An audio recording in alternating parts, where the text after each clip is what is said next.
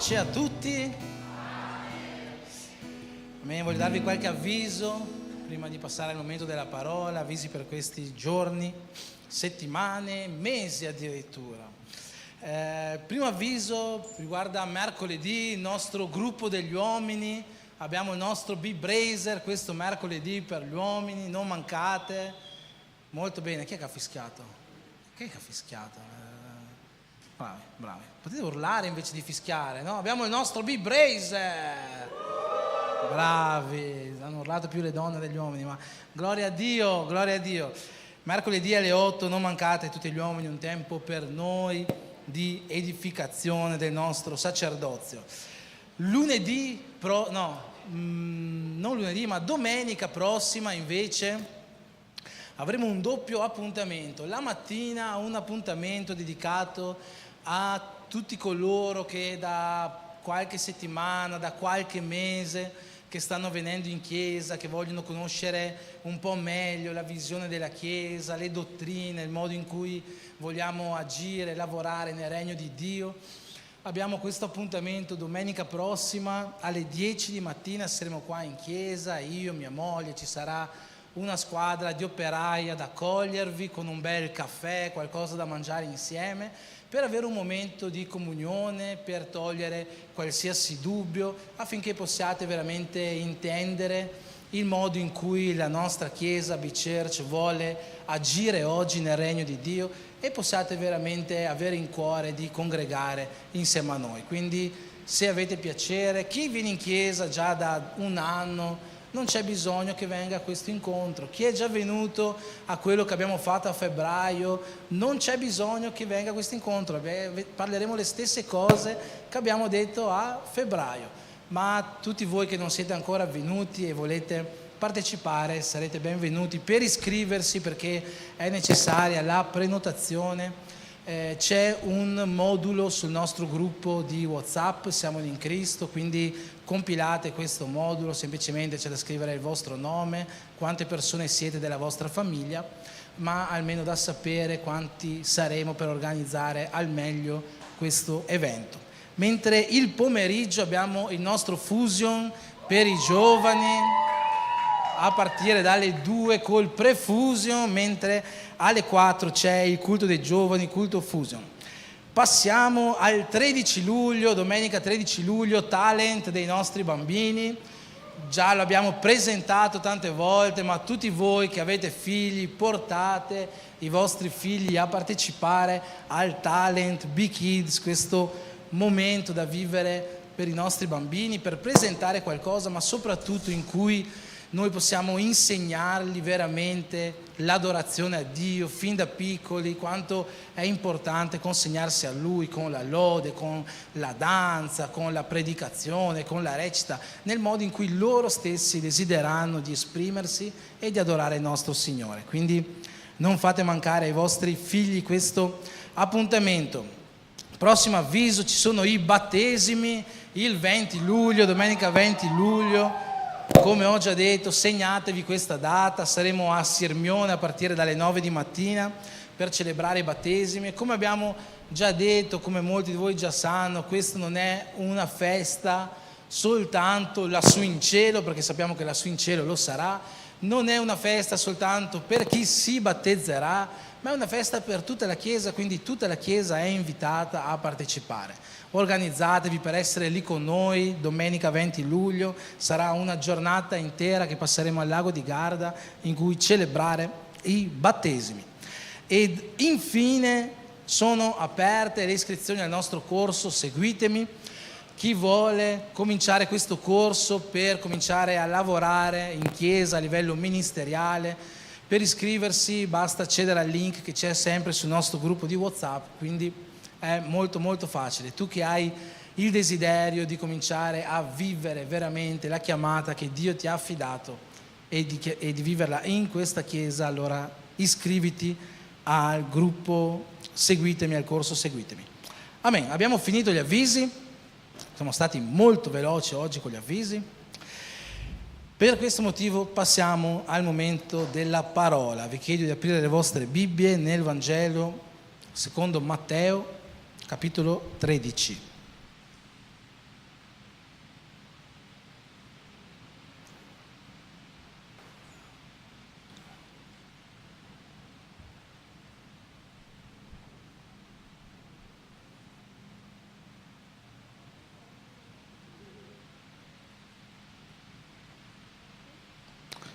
Amen. Signore Gesù, in questo momento, Signore, vogliamo ascoltare la Tua parola, vogliamo che Tu possa toccare i nostri cuori, trasformare le nostre vite, rinnovare le nostre vite, mettere in noi una coscienza, uno spirito nuovo, Signore, affinché Tu possa usarti di noi sempre e sempre di più come Tu vuoi. Per questo io ti chiedo, Padre, che questa sera la Tua parola non venga da me, ma venga dal Tuo Spirito, l'unico che può toccare veramente i nostri cuori per provocare la trasformazione che Tu desideri dentro di noi. Per questo ti preghiamo, questo ti chiediamo nel nome di Gesù. Amen. Buon, Vangelo di Matteo capitolo 13, leggerò dal versetto 47 al 50, è una parabola di Gesù. Il Vangelo di Matteo in questo capitolo ci narra di molte parabole che Gesù predica, e sono tutte parabole con uno scopo ben preciso, no? Mostrare come sarà il regno dei cieli. È proprio Matteo 13 è un capitolo chiamato proprio le parabole del regno. Qua vediamo varie parabole di Gesù che ci parlano del regno dei cieli. Tra queste parabole c'è anche questa, che dice così: il regno dei cieli è anche simile a una rete che, gettata in mare, ha raccolto ogni genere di pesci. Quando è piena, i pescatori la traggono a riva, poi si mettono a sedere e raccolgono il buono in vasi e buttano via quello che non vale nulla. Così avverrà alla fine dell'età presente. Verranno gli angeli e separeranno i malvagi dai giusti e li getteranno nella fornace ardente. Lì ci sarà pianto e stridor di denti. Amen. Bon, non voglio in realtà predicare sulla fine dei tempi né propriamente sul regno dei cieli, ma quella che voglio dare oggi è una parola che sicuramente è una parola per leader, sicuramente è una parola per chi aspira a un incarico di leadership, sicuramente è una parola per discepolatori, ma io credo e spero che possa essere una parola che tocchi il cuore di tutti quanti noi, perché Gesù ci ha rivolto una chiamata, e la chiamata non è per i leader, la chiamata non è per chi aspira a un incarico di leadership, né per chi è un discipolatore, la chiamata è per tutti quanti noi. Il versetto anzi, che più di tutti cito e che mi piacerebbe che voi stessi ormai sapeste a memoria, è 2 Timoteo 1,9, quando Paolo dice a Timoteo: Dio ci ha salvati e ci ha rivolto una santa chiamata. Questa chiamata quindi è per tutti coloro che già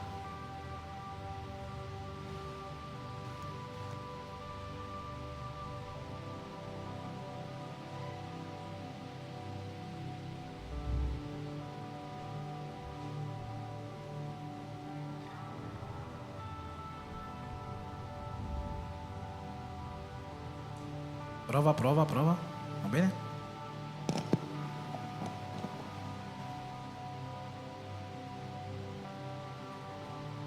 Ok, come dicevo, la chiamata quindi è per tutti coloro che già sono stati salvati. La chiamata non è solo per il pastore, per il gruppo di lode, per chi già ha un incarico ministeriale o per chi desidera questo. Fino al 1500 circa si pensava che la vocazione fosse qualcosa di esclusivo per i sacerdoti, per i preti, per i capi religiosi. Ma quando nel 1500 e poco dopo Lutero ha fisso le sue tesi sulla cattedrale di Wittenberg, ha lasciato molto chiaro che la vocazione, questa parola vocazione, non è qualcosa di esclusivo per i sacerdoti, non è qualcosa di esclusivo per le persone del clero, per i capi religiosi. La vocazione, che si intende proprio chiamata, è per tutti quanti noi, è per ogni cristiano. Oggi sentiamo spesso parlare di cristiani vocazionati, quelli che magari un giorno diventeranno pastori, diventeranno leader appunto, ma in realtà i cristiani vocazionati siamo tutti noi e è qualcosa che spesso io predico, ripeto, ma se lo predico e lo ripeto è perché è qualcosa di molto importante. E il mio desiderio, ma spero e penso ancora di più quello dello Spirito Santo, è che noi oggi possiamo uscire da qua con questo intendimento, possiamo uscire da qua con questa certezza, che io sono un cristiano vocazionato, io ho ricevuto una chiamata, io ho ricevuto una chiamata da parte di Dio, e se io ho ricevuto una chiamata, devo compiere questa chiamata. Amen. Ho letto questo passo qua, come ho detto, non per parlare del regno dei cieli, ma perché questo passo ci mostra un modello ricorrente all'interno della parola di Dio, che è il modello della pesca.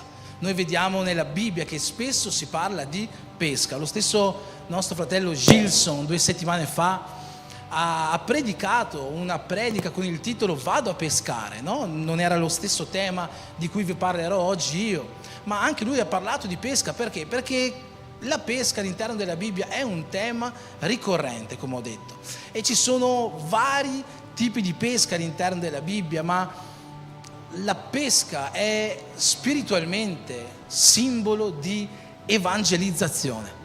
Quando noi parliamo di pesca a livello spirituale, a livello simbolico, si sta parlando di evangelizzazione, ciò per cui proprio siamo stati chiamati, come ho detto prima. E il pesce della pesca rappresenta noi, rappresenta le anime, no? Per questo motivo oggi magari alcuni di voi là fuori sulla macchina avranno incollato lo stemma del pesce, o magari qualcuno ha qualche oggetto a forma di pesce nelle vostre case, o disegnato sulla Bibbia da qualche parte, perché il pesce nel corso degli anni è diventato simbolo di noi cristiani. E questo fin dall'epoca della Chiesa primitiva, i primi anni della Chiesa. Nei primi anni della Chiesa i cristiani avevano collanine, avevano oggetti a forma di pesce per farsi riconoscere come cristiani. Sui muri delle catacombe, i posti in cui i cristiani della Chiesa perseguitata andavano a rifugiarsi per fare i loro culti in segreto, c'erano disegni di questi pesci. Pensate che fino a pochi anni fa, non molti decenni fa, molti dubitavano che i cristiani venissero massacrati nel Colosseo e negli anfiteatri romani. Sapete cos'è che ha fatto cambiare idea agli storici? Perché nelle prigioni del Colosseo e di altri anfiteatri romani hanno trovato proprio il simbolo del pesce, in quelle prigioni in cui i cristiani erano rinchiusi prima di entrare nell'arena per essere sbranati dalle belve feroci e uccisi dai gladiatori romani.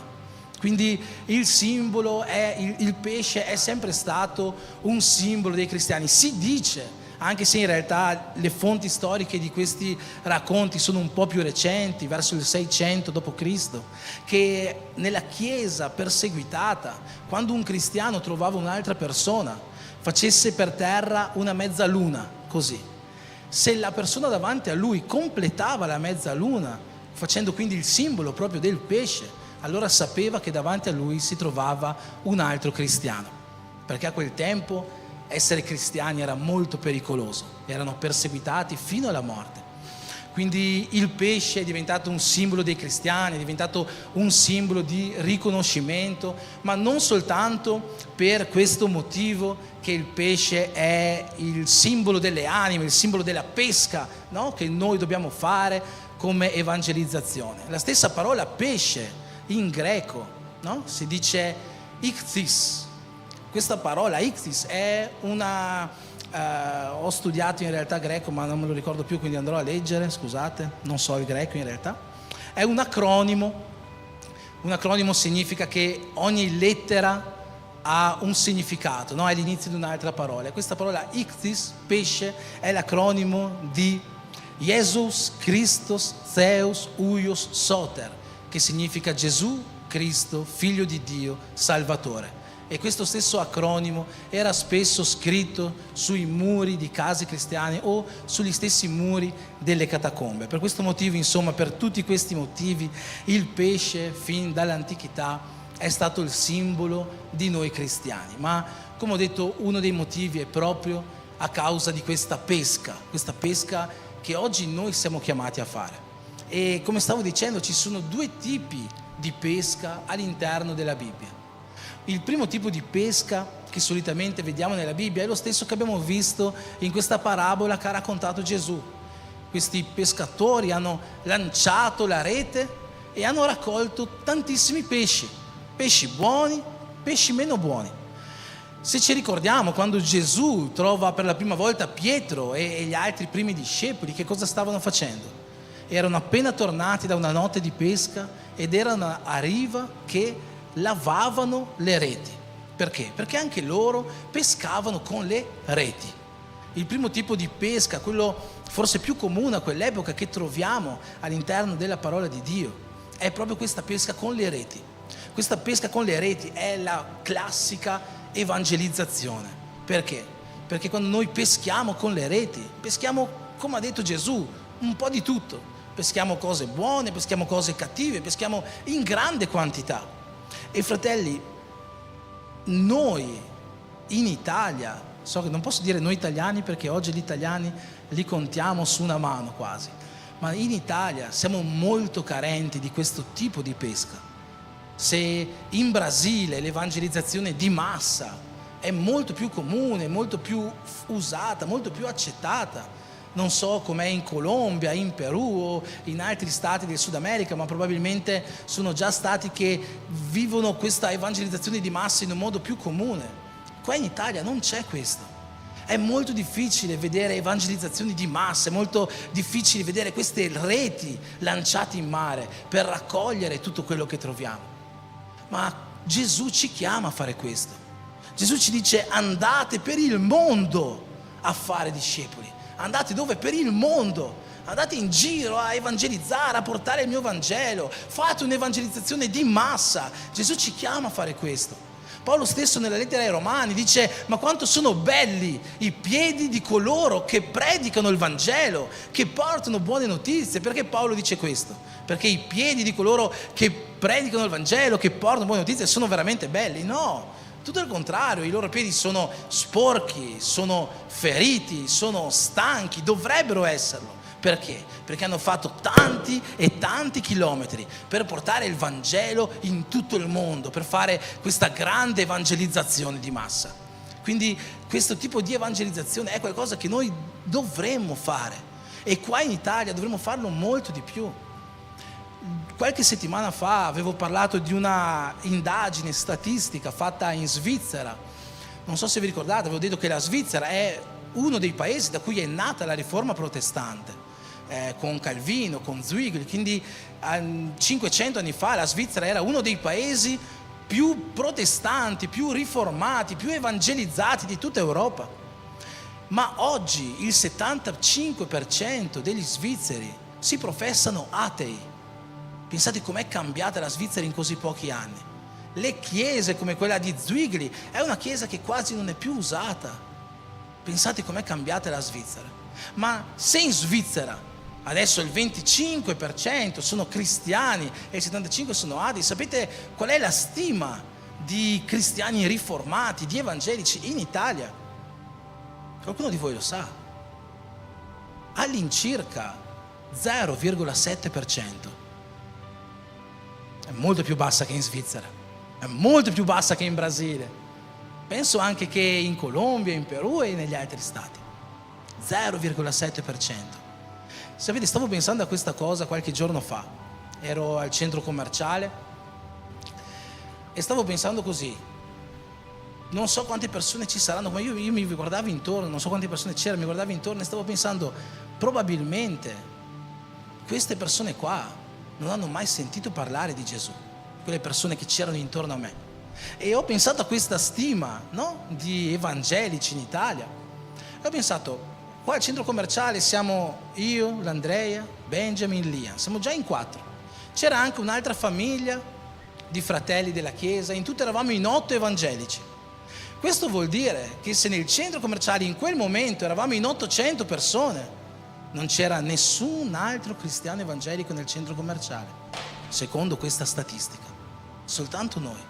È una cosa che camminando mi è passata per la mente, vedevo gli stand in mezzo al centro commerciale, no? Ho pensato chissà se noi come Chiesa non possiamo aprire uno stand in mezzo al centro commerciale per evangelizzare, per predicare il Vangelo. Non so se si possa fare questo, sarebbe interessante informarsi su questa possibilità, perché l'evangelizzazione di massa è qualcosa che in Italia è molto, molto carente.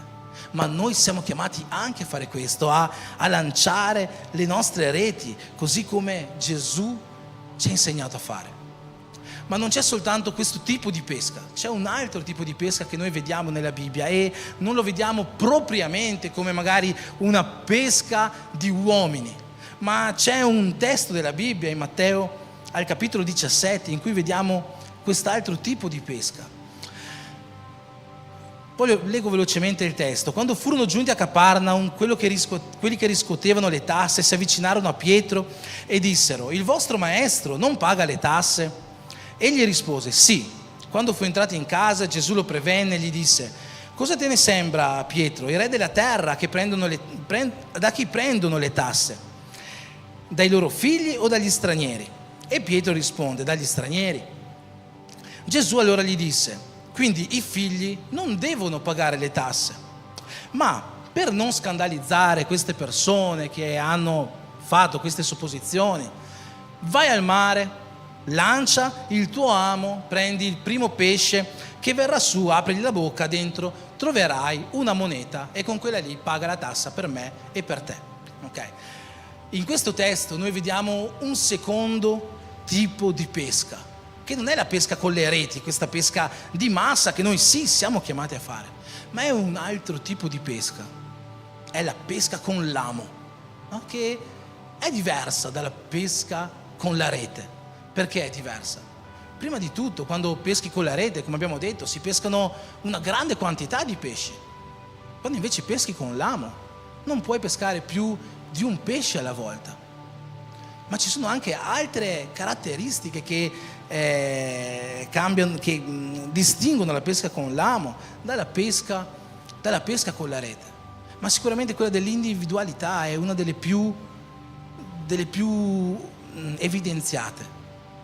E se noi ci pensiamo, Gesù sì, ha pescato con la rete. Gesù ha predicato sermoni per migliaia di uomini. Ma di tutti questi migliaia, Gesù ha preso 12 uomini che ha pescato con l'amo e li ha attirati a sé. E di questi 12 Gesù ha preso 3 uomini, Pietro, Giacomo e Giovanni, che ha pescato ancora di più con l'amo per attirarli a sé. E di questi 3 uomini Gesù ha pescato un solo uomo, cioè Pietro, per averlo più vicino a sé, per insegnargli cose più profonde, per correggerlo in un modo diverso rispetto agli altri. Insomma, Gesù sì ha praticato questa pesca di massa, questa pesca con la rete, ma Gesù ha anche praticato questa pesca con l'amo. Questa pesca con l'amo, questa pesca individuale, noi lo troviamo anche in altri testi della Bibbia. Paolo ha pescato sì con la rete perché ha aperto chiese in tutto il Medio Oriente e anche di più, ma Paolo ha pescato anche con l'amo nella Bibbia. Noi vediamo Paolo scrivere lettere a Timoteo, a Tito, a Filemone, persone che lui ha pescato con l'amo. Noi possiamo cambiare questa parola dicendo persone che ha discepolato. Questa è la pesca con l'amo, è il discepolato. E il discepolato, fratelli, è qualcosa che, come ho detto, i leader devono fare, chi aspira alla leadership deve fare, i discepolatori devono fare, ma tutti quanti noi siamo chiamati a farlo, perché Gesù ha detto sì, andate in tutto il mondo a predicare il Vangelo. Questo è l'ultimo comandamento che Gesù ha dato secondo il Vangelo di Marco, ma nel Vangelo di Matteo questa stessa frase di Gesù ha un'altra sfumatura: andate in tutto il mondo e fate miei discepoli. Quindi il discepolato, questa pesca con l'amo, è qualcosa che Gesù vuole che noi facciamo. E è una pesca diversa, come ho detto, dalla pesca con la rete, perché è una pesca individuale, ma come la pesca con l'amo è anche una pesca che richiede magari una strategia diversa. Quando noi andiamo a pescare con l'amo, noi mettiamo un'esca sull'amo, no? una strategia per riuscire a pescare i pesci. E questo discepolato spesso viene fatto attraverso strategie. E quando peschi con l'amo, non so chi di voi è già stato a pesca, c'è bisogno di molta pazienza spesso, perché i pesci non vengono su subito, no? C'è bisogno di aspettare che il pesce arriva, che il pesce abbocca all'amo. E allo stesso modo, quando noi facciamo questa pesca con l'amo di anime, quando noi facciamo questo discepolato, è qualcosa che richiede molta pazienza da parte nostra, molto sforzo da parte nostra. E allo stesso tempo un'altra qualità della pesca, un'altra caratteristica della pesca con l'amo è la cura con cui noi poi dobbiamo pescare il pesce quando finalmente abbocca. Perché quando abbocca non puoi tirarlo su subito, devi aspettare che il pesce si stanchi, che va di qua, di là, di qua, di là, e dopo, quando finalmente è stanco, con molta cautela devi tirare su la levetta della canna da pesca finché il pesce non è stato pescato.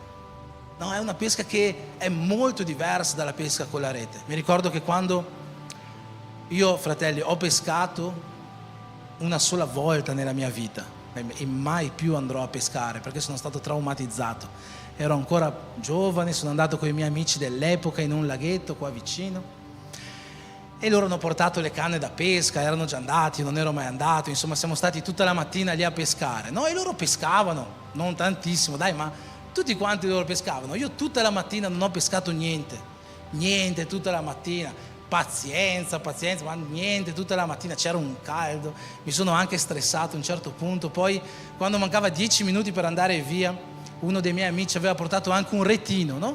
Quello tipo per prendere le farfalle, diciamo.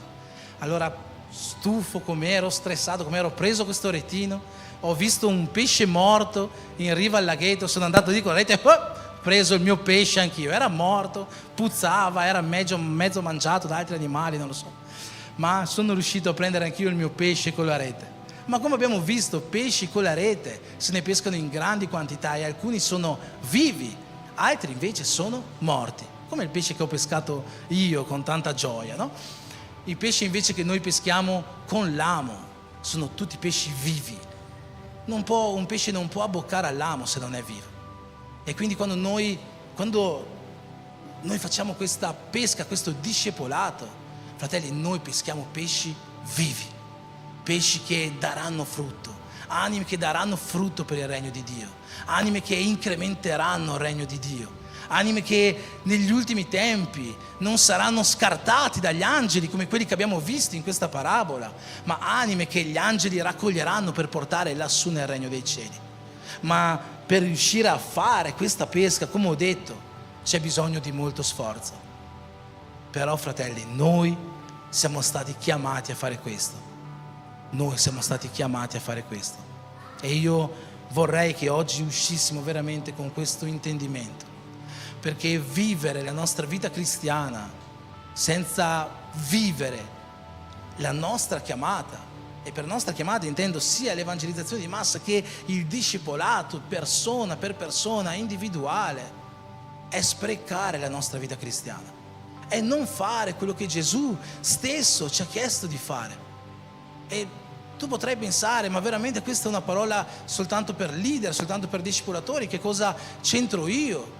Tu potresti dire, io non ho le qualità per fare questo. Ma fratelli, se noi pensiamo che possiamo fare questo soltanto se abbiamo le qualità, stiamo dimenticando chi c'è sopra di noi. Io non ho le qualità per fare quello che sto facendo oggi. È solo la grazia di Dio che mi permette di fare questo. E nessuno di noi avrà mai le qualità per essere il migliore per il regno di Dio, per essere eccellente per il regno di Dio. Quel versetto che ho citato prima, 2 Timoteo 1,9, che dice Dio ci ha salvati, ci ha rivolto una santa chiamata, prosegue dicendo che Dio non ci ha chiamato, questa santa chiamata non ce l'ha rivolta per le nostre qualità, ce l'ha rivolta per il proposito che Lui ha nelle nostre vite. Quindi se Dio ti ha salvato e quindi ti ha chiamato, non è perché tu sei bravo, sei bello, sai predicare, sai cantare, sai evangelizzare, sai discepolare, sai fare tutte queste cose. Non è per questo, non è per le tue qualità, è per il proposito che Lui ha nella tua vita. E se hai delle debolezze, che oggi pensi, con questa debolezza io non posso fare questo. Non temere, perché la Bibbia stessa ci promette che il nostro Dio e la sua potenza sono perfetti nella nostra debolezza. Dove noi siamo deboli, è lì che si dimostra la potenza di Dio nella nostra vita. Se invece però tu stai dicendo io non posso fare questo perché non sono preparato per fare questo, questo è un argomento diverso. Se tu dici non hai le qualità, stai sbagliando. Dio non ti ha chiamato per le tue qualità e Lui sarà perfetto nella tua debolezza. Se invece dici non posso farlo perché non sono preparato per farlo, ugualmente stai sbagliando, ugualmente. Perché se Dio ti ha chiamato per fare qualcosa, fratelli, noi come cristiani, io e te come cristiani, dobbiamo noi prepararci per fare quella cosa. Se Dio ci ha chiamato per usarci in un determinato modo, noi ci dobbiamo preparare per fare questo. Noi dobbiamo essere cristiani preparati.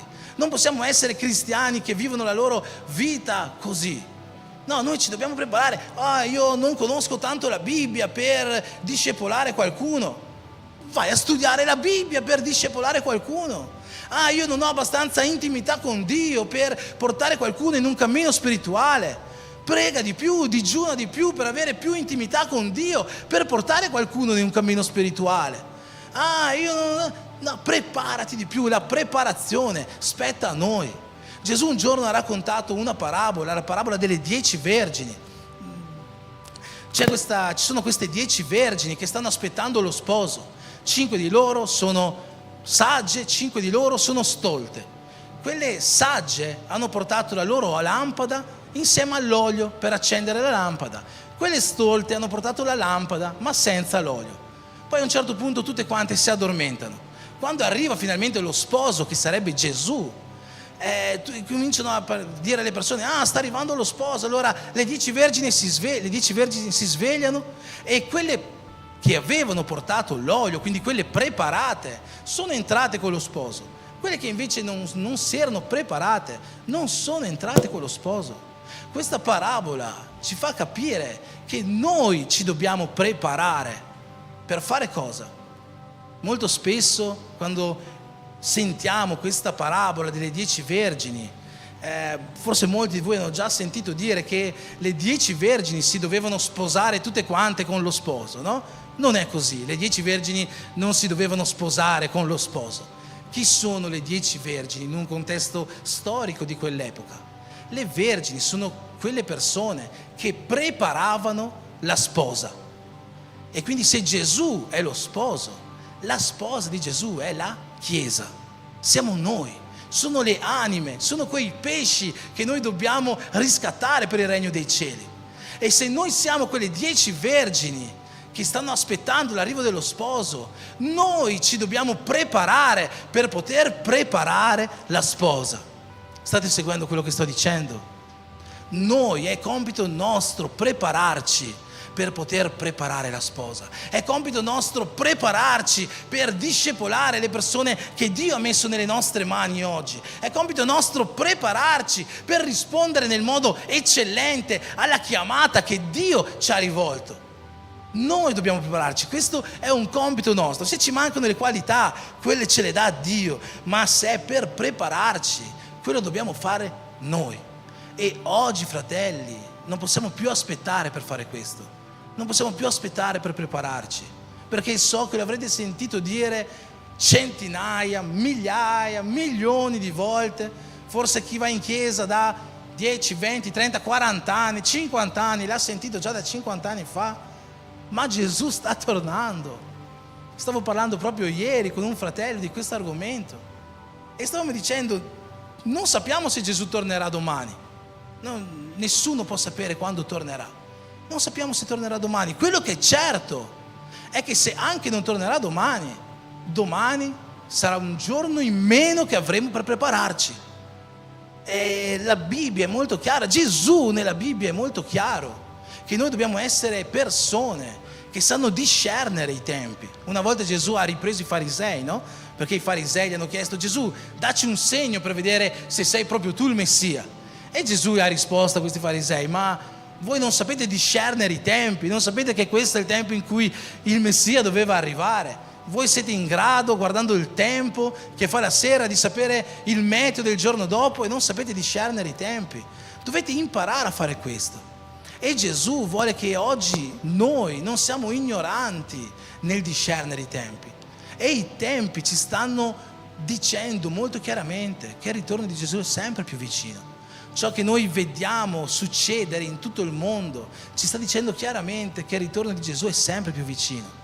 E come ho detto, magari Gesù non tornerà domani, ma sicuramente domani sarà un giorno in meno che avremo per prepararci, per preparare la Chiesa al ritorno di Gesù. E questo è qualcosa che spetta a noi di fare. Fratelli, quando noi riceviamo la chiamata di Dio, e questo succede nel momento della nostra salvezza, noi non stiamo soltanto ricevendo un onore da parte di Dio, perché è un onore poter ricevere la chiamata, è un onore poter proseguire quello che Gesù ha cominciato a fare 2000 anni fa su questa terra. Ma Gesù non ci sta dando soltanto l'onore di fare questo. Gesù non ci sta dando solo e esclusivamente la autorità quando ci dà la sua chiamata, perché sì, ci dà autorità per predicare con potenza, ci dà autorità per imporre le mani, ci dà autorità per scacciare demoni, ma non ci sta dando soltanto e esclusivamente autorità quando ci dà la sua chiamata. Forse più che onore e più che autorità, quando Gesù ci consegna la chiamata di fare discepoli, di prendere cura di persone, di fare questa pesca con l'amo, quello che ci sta dando è una responsabilità. È una responsabilità. E se noi come cristiani non capiamo questo, noi non riusciremo mai a vivere la nostra chiamata nel modo corretto. Gesù ci dà una responsabilità. La nostra chiamata è una responsabilità e esige responsabilità da parte nostra. C'è un testo della Bibbia in Numeri 7 che ogni volta che leggo questo testo qua, per me è un pugno nello stomaco, no? Sento proprio la spada, no? Che la parola ci dice che è una spada che ci taglia dentro, che ci trafigge. È un testo qua in Numeri 7 in cui vediamo che Mosè ha appena finito di costruire il tabernacolo.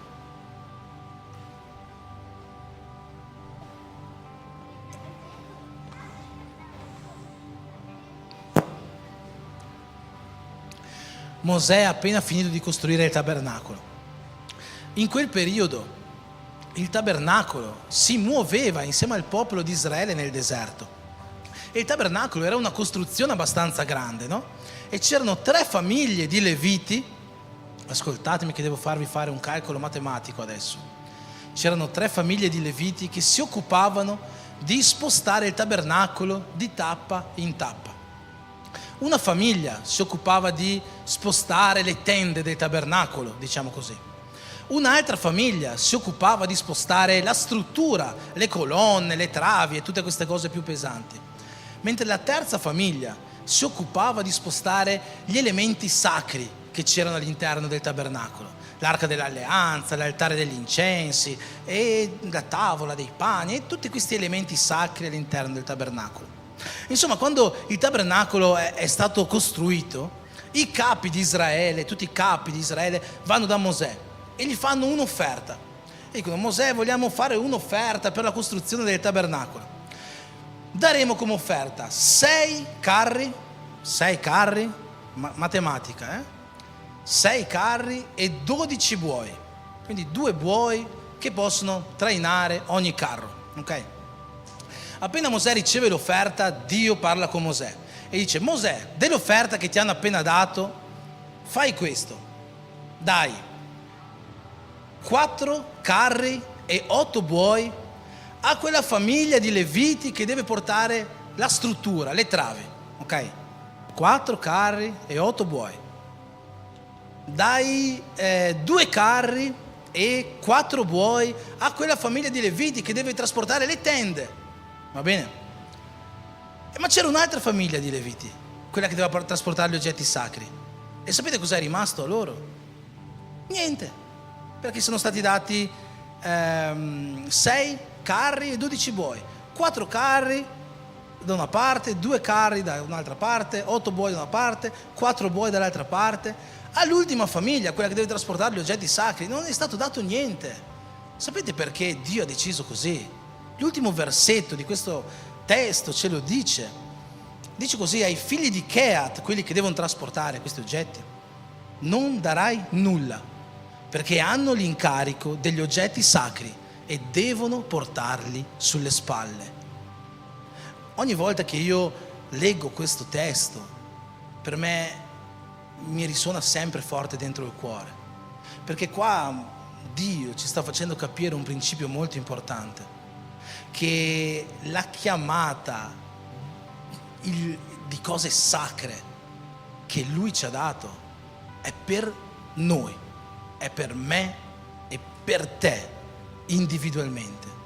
E non c'è un carro che ti può aiutare a compiere questa chiamata, non c'è un bue sul quale tu puoi mettere il peso di questa chiamata, non puoi mettere il peso di questa chiamata sul fratello, sulla sorella, sul pastore, sul leader. Dio vuole che tu porti a termine questa chiamata, Dio vuole che tu porti a termine questo incarico. Sei tu, è una tua responsabilità. Dio ha dato a te questa responsabilità, non l'ha dato al carro, non l'ha dato al bue, non l'ha dato a tua moglie, non l'ha dato a tuo marito. Ma chi ha questa responsabilità? Sono quei pesci che tu devi pescare, sono quelle persone che Dio ha messo nelle tue mani affinché tu le possa pescare, affinché tu le possa discepolare. Ci saranno persone nella tua famiglia che non sarò io a discepolarle, non sarà la pastora Andrea a discepolarle, non sarà il leader dei giovani. Dio ha messo te in quella famiglia affinché te porti vita in quella casa. Ci saranno persone nel tuo lavoro che aspettano una parola di evangelizzazione, una parola da parte di Dio, e a quella persona nel tuo lavoro non sarà il fratello dall'altra parte della chiesa che andrà a evangelizzarlo. Dio ha dato a te la responsabilità, è sulle tue spalle che aspetta questa responsabilità, è su nessun altro, è su di te. E Dio vuole che noi prendiamo finalmente la responsabilità della chiamata che Lui ci ha dato, che finché noi non intendiamo questa responsabilità, noi non staremo vivendo appieno la vita cristiana. Se noi ci definiamo cristiani è perché siamo salvati, ma se siamo salvati noi siamo anche chiamati. E essendo chiamati, noi dobbiamo prendere la responsabilità di questa chiamata che Dio ha dato a me e ha dato a te ugualmente. Noi dobbiamo prendere questa responsabilità. Allora c'è una parabola che ci può far aprire gli occhi forse ancora di più su questo. E forse io vorrei che tu potessi viverla per te stesso questa parabola, per vedere dentro di te. Se vuole il gruppo di lode, se vuole salire, sto per terminare. Vorrei che dentro di te tu potessi vedere chi sono io, potessi chiederti chi sono io, che cosa io sto facendo. È la parabola dei servi e dei talenti, no?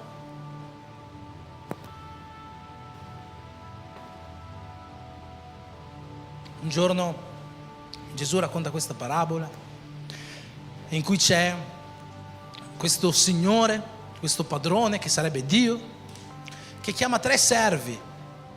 Al primo servo dà 5 talenti, al secondo servo dà 2 talenti, al terzo servo dà 1 talento. E lui se ne va in vacanza, se ne va a fare un giro, no? E gli dice: quando io torno voglio vedere cosa avete fatto di questi talenti. Quando torna da questo giro, da questa vacanza, il servo dei 5 talenti ha fatto fruttare quei 5 talenti, ne ha fatti altri 5, li ha investiti e ne ha fatti altri 5, è tornato con 10 talenti. E il padrone gli dice: bravo servo buono e fedele, vieni a entrare nella gioia del tuo Signore. Il servo dei 2 talenti ugualmente ha raddoppiato quello che il padrone gli aveva dato. E il padrone dice: bravo, servo buono e fedele, entra nella gioia del tuo Signore.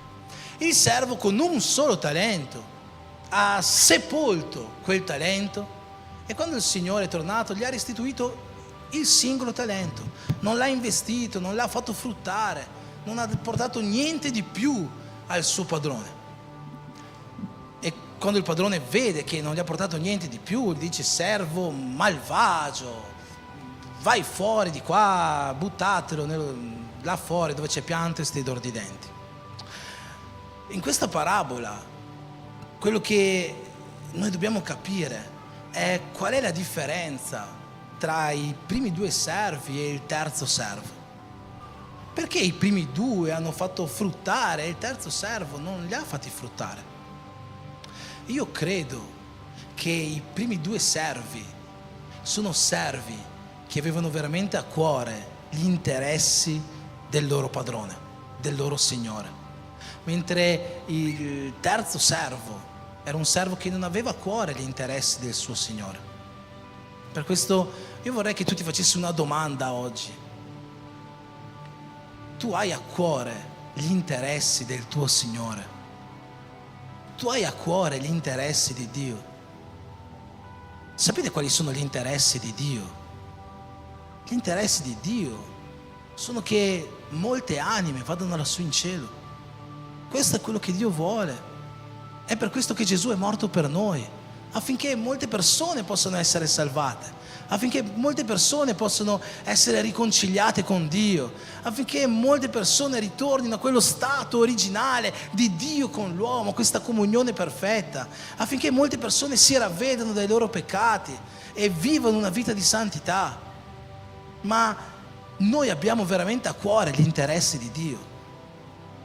Tu hai veramente a cuore gli interessi di Dio?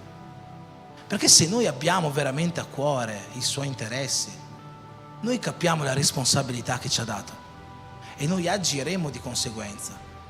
Noi metteremo a frutto i 5 talenti che Dio ci ha dato. Noi andremo a evangelizzare, noi andremo a discepolare, noi ci prepareremo per fare questo, anche se oggi magari non siamo capaci, perché capiamo l'importanza di quello che Dio ci ha affidato. E vogliamo che ciò che Dio ci ha affidato possa fruttare, possa fruttificare. Capiamo l'interesse che Lui ha e che oggi vuole usarsi di noi per far sì che ciò che Lui ci ha dato possa fruttare. Noi abbiamo veramente a cuore gli interessi di Dio.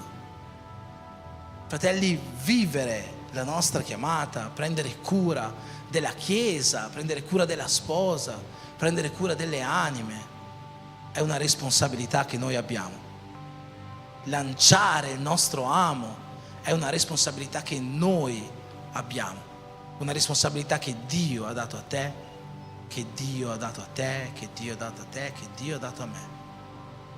È nostra responsabilità di lanciare l'amo. Nessuno lancerà il nostro amo per noi. Dio ha chiamato te, Dio ha dato a te questa vocazione, Dio ha innalzato te oggi sulla tua casa, sui tuoi parenti, nel tuo luogo di lavoro, tra i tuoi amici. Dio ha innalzato te affinché tu possa fare questo e Dio vuole usarsi di te. Ma ripeto, noi abbiamo a cuore gli interessi di Dio. Tu hai a cuore gli interessi di Dio.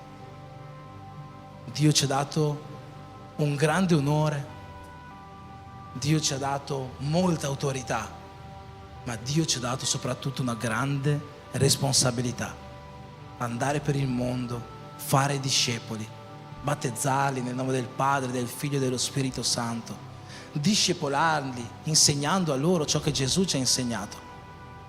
Questa è la responsabilità che Dio ci ha affidato.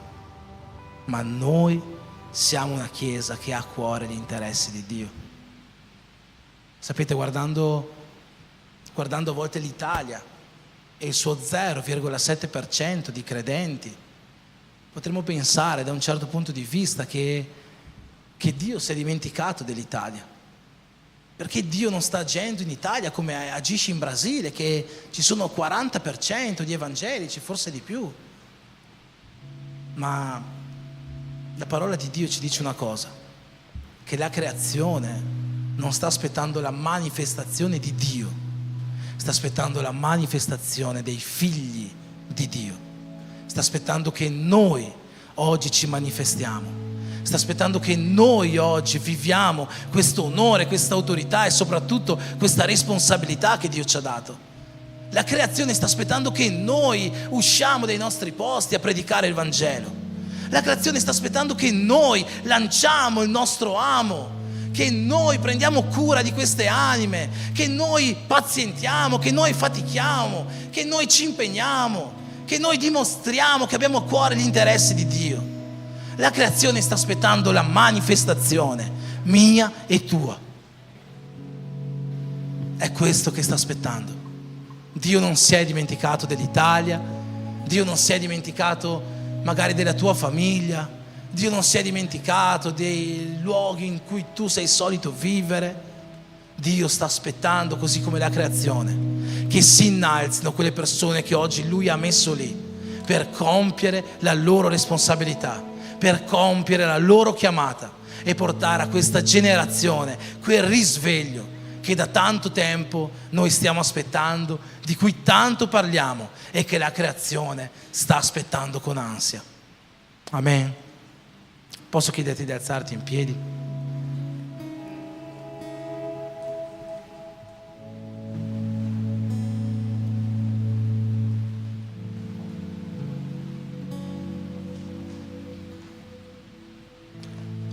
Amen.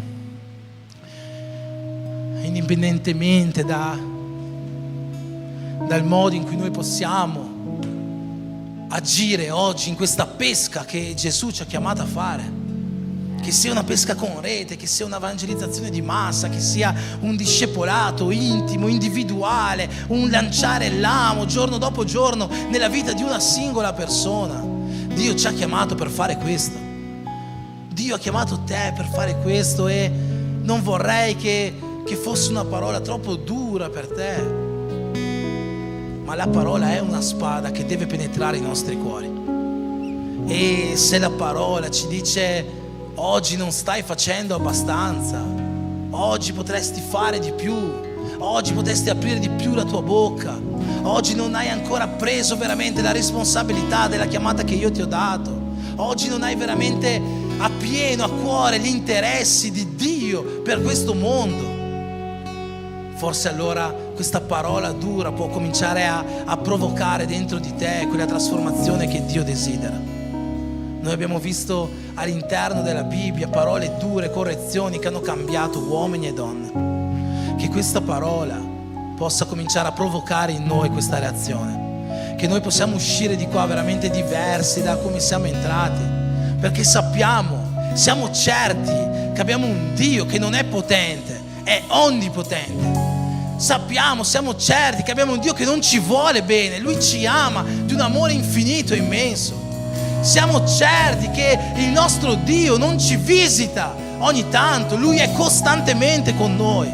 Noi possiamo essere certi di tutte queste cose, ma allora perché attraverso la potenza che Dio ci ha dato, attraverso la presenza costante dello Spirito Santo che è con noi, attraverso la chiamata, questa responsabilità che Lui ci ha rivolto, noi non rispondiamo sempre sì ogni giorno della nostra vita, facendo ogni giorno la sua volontà, compiendo ogni giorno la sua chiamata, lanciando ogni giorno la nostra rete o il nostro amo.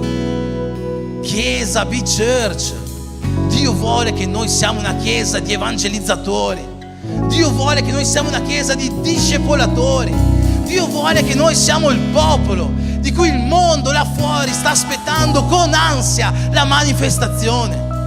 E io desidero, e Dio sono certo che lo desidera più di me, ma spero che questo desiderio possa nascere anche nel cuore di ognuno di noi, che uscendo oggi da questo luogo, il nostro primo desiderio, la nostra prima voglia che avremo sarà quella di fermare persone per strada, per dirgli Gesù ti ama, per dirgli c'è un Salvatore per la tua anima, per dirgli esci da questa vita e vieni a seguire la strada di Gesù, per dirgli c'è qualcosa di meglio per te, c'è una nuova storia per te.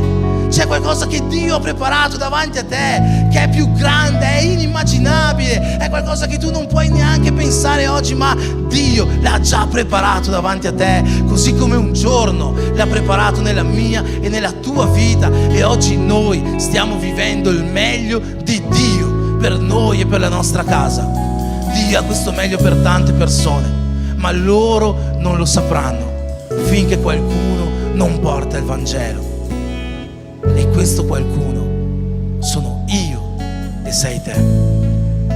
Amen. Preghiamo perché Dio possa risvegliare in noi questo fuoco di portare il suo amore, il suo messaggio, la sua parola a tutto il mondo, indipendentemente che sia con un lamo o con una rete, ma che Dio possa servirsi di noi. Signore Gesù, ti preghiamo, Signore, questa sera davanti a te, davanti ai tuoi piedi, come i tuoi servi dai 5 talenti, persone che vogliono mettere a frutto ciò che tu hai messo un giorno nel nostro cuore, la chiamata che tu in quel giorno, prima di salire al cielo, ci affidasti, di andare per il mondo a fare discepoli. E io ti chiedo, Signore, che tu possa portare a questa chiesa un fuoco nuovo nel cuore, un fuoco per l'evangelizzazione, un fuoco per la compassione per le anime, un fuoco per il discepolato, un fuoco per questi uomini e donne che ancora non ti conoscono, un fuoco per questi pesci che ancora sono da pescare, un fuoco per questo mondo che sta cadendo in rovina, ma che ha un'ancora di salvezza che si chiama Gesù Cristo, Figlio di Dio, Salvatore. Quest'ancora sei tu, l'ancora a cui noi ci siamo aggrappati un giorno, e che oggi, Signore, tu ci lanci in questo mare per prendere pesci per te. Signore, benedici questa chiesa, comincia a dare uno spirito di coraggio, uno spirito di autorità, uno spirito di responsabilità a tutti coloro che desiderano compiere la tua chiamata, che desiderano essere parte attiva di questo Vangelo, che desiderano rispondere: eccomi, Signore, manda me, parla, il tuo servo ti ascolta, sono qua, fai di me ciò che vuoi. Signore, questa è la tua chiesa, una chiesa che vuole lanciare ami, che vuole lanciare reti, che vuole pescare in questo mare, affinché il regno dei cieli possa essere pieno di quei pesci che oggi ancora non ti conoscono. Signore, dai a noi giorno dopo giorno questo fuoco, questo nuovo vigore, metti in noi questa responsabilità e il desiderio di vivere a pieno la tua chiamata, sapendo che tu hai chiamato noi, che sulle nostre spalle risiede questa chiamata. Benedicici, Signore, affinché noi possiamo essere i tuoi migliori servi, affinché noi possiamo compiere ciò per cui tu ci hai chiamati. Per questo ti preghiamo nel nome di Gesù. Amen.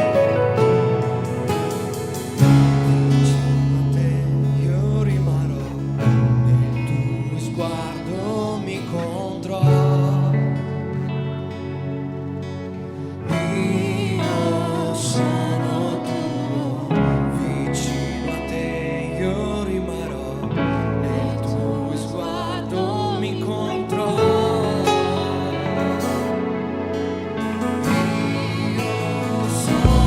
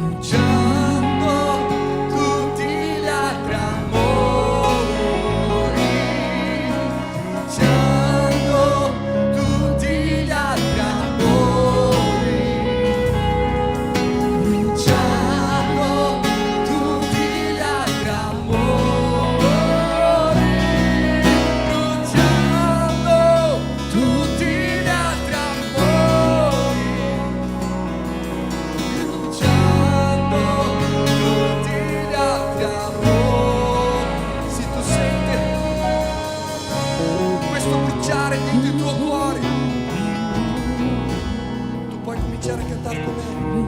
Io ho ancora fame, io ho ancora fame, c'ho già la legna, vieni a bruciare. Ancora fame, c'è ancora della legna, vieni a bruciare. Più forte! Vieni a bruciare. Io ho ancora fame, c'è ancora della legna, vieni a bruciare, vieni a bruciare. Io ho ancora fame, c'è ancora della legna, vieni a bruciare. Dovete andare via ancora una volta. Io ho ancora fame, c'è ancora della legna, vieni a bruciare, vieni a bruciare. C'è ancora della legna, vieni a bruciare,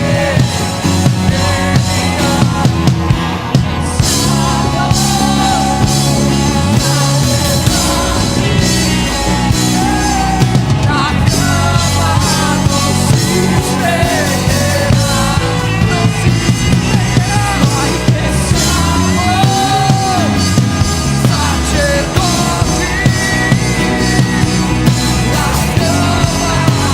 La fiamma non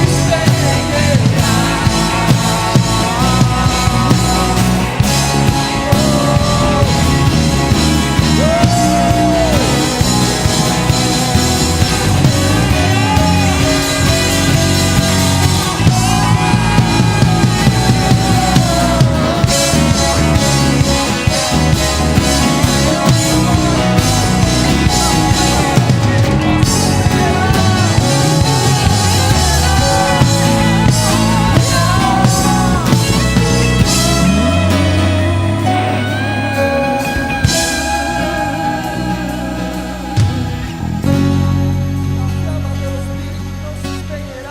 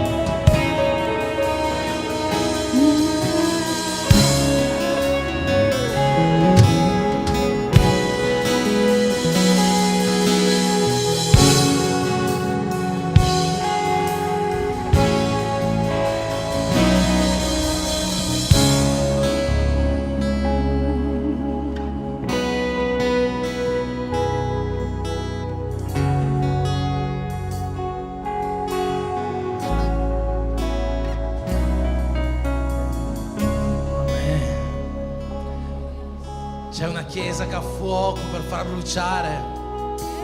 Amen. C'è una chiesa che ha fuoco per Dio. C'è una chiesa che ha legna da far bruciare. Amen. Amen. Accendiamo questo fuoco. Accendiamo questo fuoco in questa Verona. Accendiamo questo fuoco in questa nazione. Comincia dalla tua casa, comincia dal tuo luogo di lavoro. Ma comincia. Dio ti ha chiamato. Prendi la responsabilità di quello che Dio ha messo nelle tue mani, perché sarai tu che dovrai compierlo. Amen. Facciamo un applauso al Signore. Amen.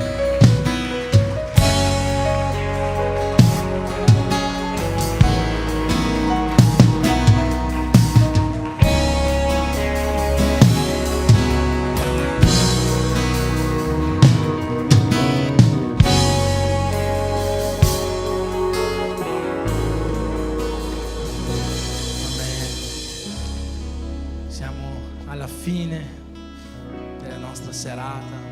Sia glorificato il nome del Signore per tutto quello che ancora una volta ci ha fatto vivere, e che ogni giorno della nostra vita noi possiamo vivere la stessa presenza di Dio nel nostro cuore, così come è stata con noi questa sera.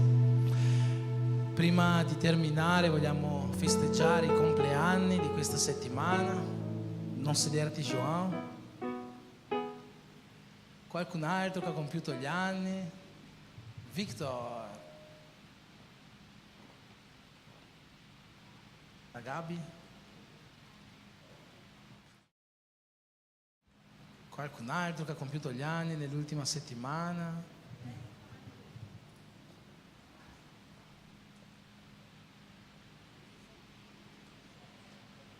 Jessica, sei pregata di avvicinarti.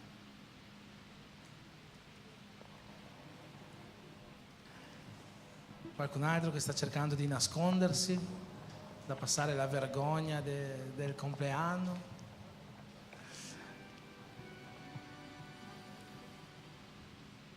Amen. Allora possiamo alzare le nostre mani verso di loro per benedire questo nuovo anno della loro vita.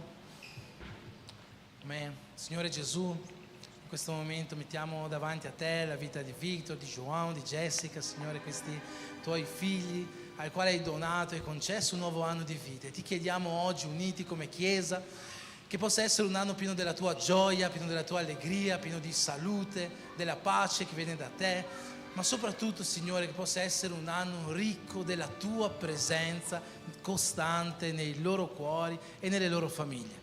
Per questo noi ti preghiamo, Signore, nel nome di Gesù. Amen.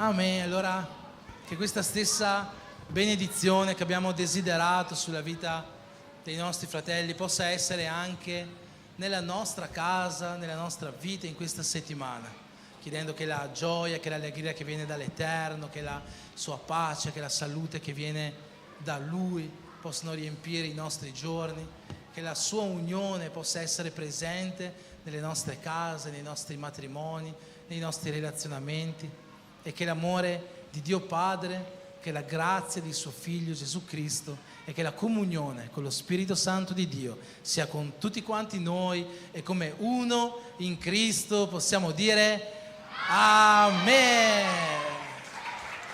Non scappate via, c'è churrasquinho, spiedini.